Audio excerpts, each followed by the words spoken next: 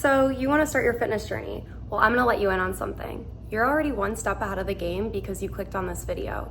So I'm going to show you how to start your fitness journey. Stay tuned to the end because I'm going to let you in on a little fitness tip that I noticed within my personal fitness journey. Some of the hurdles you might be facing while you're trying to start your fitness journey is no gym, no fitness clothes, no idea what to do. So I'm going to help you get started with all of that. The first thing we're going to go over is what to wear and how to prep for the gym. We're going to start with the basics first. Before you even think about leaving for the gym or going on your little walk or workout, whatever, you need to eat. Food fuels your body. If you're not eating food, you're not gonna have enough energy to get through your workout, and then your body's not gonna have enough energy to supplement your muscles after you're done working out. So it is essential that you're eating. What I like to do before I go to the gym is eat a protein bar. I typically go to Aldi and get protein bars from there. It's about 10 to 12 grams of protein, and I just like to eat it in the morning before the gym to make sure I have a little bit of energy and calories to work off of. So on to clothing. This is something I've struggled with because I see a bunch of fitness videos, and I'm sure all of you guys have too, with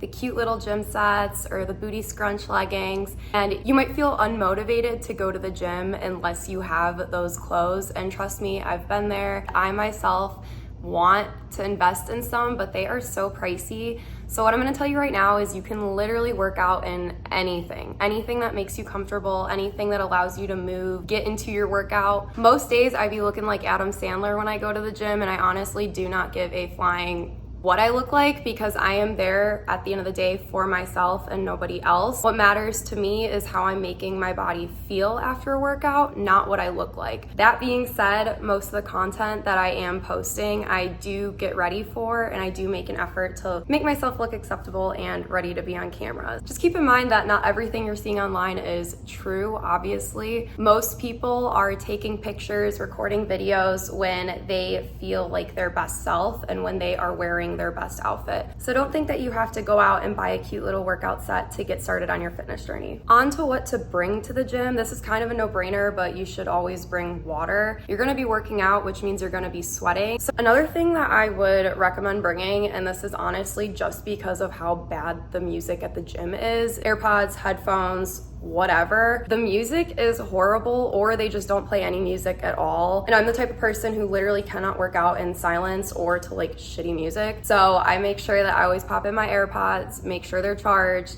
and that's super motivational for me to get through a really intense workout. Now that you're prepared to go to the gym, you need to figure out what you're going to actually be doing at the gym. I'm sure you've all heard of the different buzzwords like HIIT workouts, functional training, push-pull legs, but with all the information going around, it's really difficult to decide what type of workout is gonna be best for you. My personal split is Monday glutes, Tuesday back, Wednesday quads, Thursday chest, and Friday is dedicated to mobility and just overall recovery. I take Saturdays and Sundays off as well. I personally implement leg day twice a week because my main goal is to work my lower body and build my booty and my quads, but I also like to implement upper body days as well, like chest and back, to avoid muscle imbalance and just to overall make the physique look a little bit more hourglass, because it really does make a difference when you do upper body. If your main goal is to lose weight, I would recommend doing more cardio-based and HIIT-based workouts. This is because you're gonna get the heart pumping and you're going to be doing full body-based movements, which, like I said, get your heart pumping and don't typically require too much equipment. I have multiple videos with different HIIT exercises. If you're interested, I'll link the playlist down below. If your main goal is to gain weight and build muscle, this is my personal goal. What I would recommend is starting to weightlift, actually.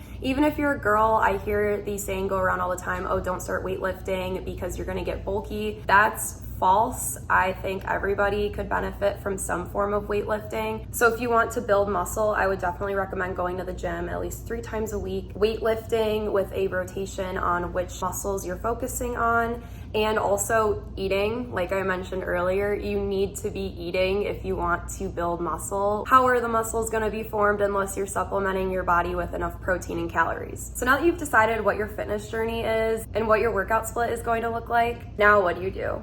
Well, you go to the gym. When you do go to the gym, it's important to remember that when you're doing any type of movement, form is more important than anything else. What that means for you specifically is you need to be doing the exercises at a slow and controlled pace. Don't go quick and sloppy. Don't just rush through the movements. You need to have a purpose as to why you're doing each exercise you're doing. For example, if you're squatting and you want to build your glutes, you need to be forming a mind to muscle connection and actively think about your glutes as you're squatting. This will help you target your glutes and activate them, so then in turn you can start building that muscle and direct protein and calories to that muscle growth. Don't be afraid to look in the mirror either. I know that people say looking in the mirror compromises your form, and it can honestly strain your neck, but if you just glance here and there to make sure that your form looks correct, you will be okay. What I would recommend is just going through YouTube or Google and just seeing different exercises and what the correct form is,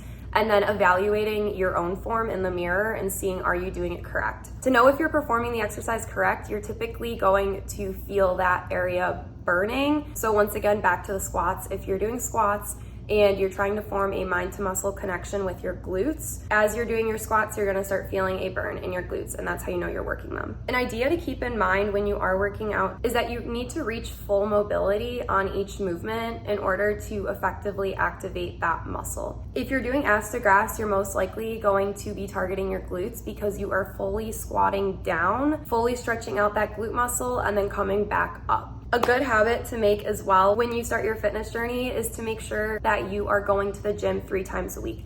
There's gonna be a lot of times where you don't wanna go, you don't have any motivation, but what keeps you from staying at home is the habit that you have formed. Kind of like putting your contacts in or brushing your teeth. Are you really that excited to brush your teeth every morning? Probably not, but it's a habit that you've established and you've been doing it for years and years. So similar to working out, if you continue to go every single day, you're going to establish this habit that even if you don't feel on top of the world or highly motivated, you can still get it done and get some type of workout in to make sure that you're keeping your body moving and still on this path to your fitness journey. Maintaining a healthy lifestyle is not always going to be the picture perfect process that everybody's posting online. What's important to remember is consistency. Consistency is always going to matter above anything else. Most influencers talk about this, but like I said, there's gonna be many days where you just don't want to go to the gym. But if you're consistent about going to the gym and establishing this habit of going to the gym, it's going to then be easier integrated into your lifestyle and into your fitness journey. Every time you don't want to go, just go. It will become easier and easier to go on days like that just because you've developed the habit. That being said,